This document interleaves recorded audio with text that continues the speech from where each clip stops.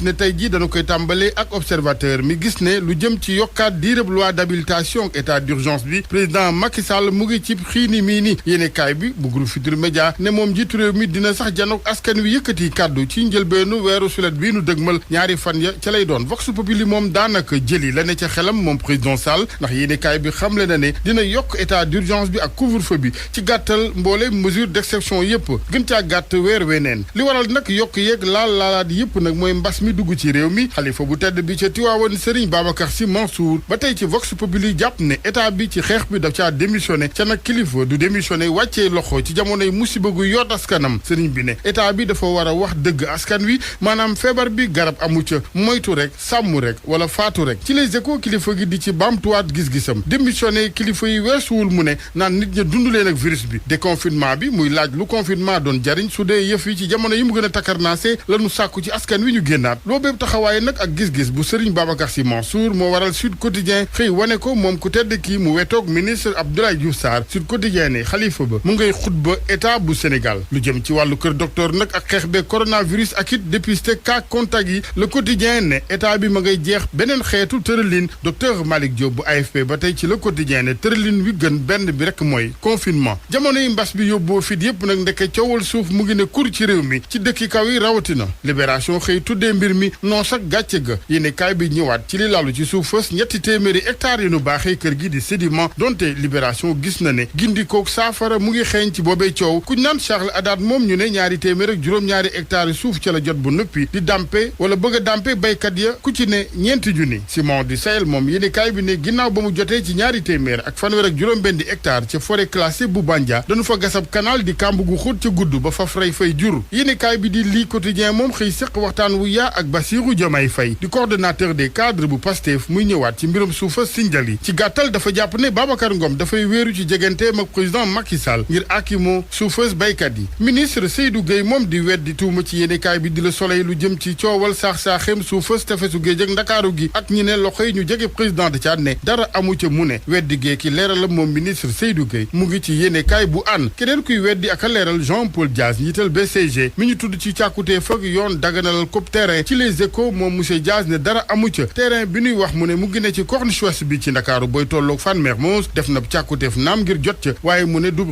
régularisation la bëgg marché Sandaga moom taax mu mag ma jëmmal boobee marché laas ne ajjuma lañu koy daaneel la ci kilifa yi jublu nag mooy tabaxaat ca bërëb ba marché bu méngoog jamono marché buy sàmmal ña fay jaay ak seen i client seen kaaraange ak seen wér-gu-yaram waaye boobee mbébét nag du ñëpp ci ànd am nay commerçant yu taxaw fépp lañu bëgg mooy anam yenn yi teew laata yëkkati gi laas ne kilifa gu tedd gi ca Touba Serigne Mountakha Bassirou Mbacké moom ànd na ci mbébét ak yeesal gi ca woolu na ñaari wàll yi séq boobee réero la tribune moom bateau turki bi Senelec loué gaare ko ci waaxi Ndakaaru yi ngir toggam courant la xëyee dib centrale électrique turque ñu ne su weesoo koppar yu bari yi mu nuy jural am na lu cay yoot askan wi ci wàllu jafe-jafe yi wér-gu-yaram ay jafe-jafe yi noyyi ak feebaru xol ak yeneen wàllu yoon waa Grand Place xëyee mbiram boo muk soxna si di Binta Camara ca Tamba ci yéenekaay bi Papa Alioune Fall mi ñu toppee boom gi di xamal ëttu àtte bi ne yëf yi du boom waaye accident bu jur bakkan la fitna moo yeewu seen diggante jàppante am mu ne mu bëmax soxna si ci la daanu ca lal ba jiital bopp ba deret ji sotti lu ci mën di am yéenekaay bi xamal nanu ne ñaari fan ci weeru sulet wi ñu dëgmal la dogalab àtte bi enquête yéenekaay moom la mu xëy def ca gëstu tey mooy ñàkk xajuwante ci wàlluk diine gi mu gis ne mu ngi màgg ndànk-ndànk ci réew mi ak it ay kilifay diine yu ñuy ñàkkee worma ak saaga naka noonu lankal ñenn ñi seenub rob ak ay dérapage ci plateau télé yi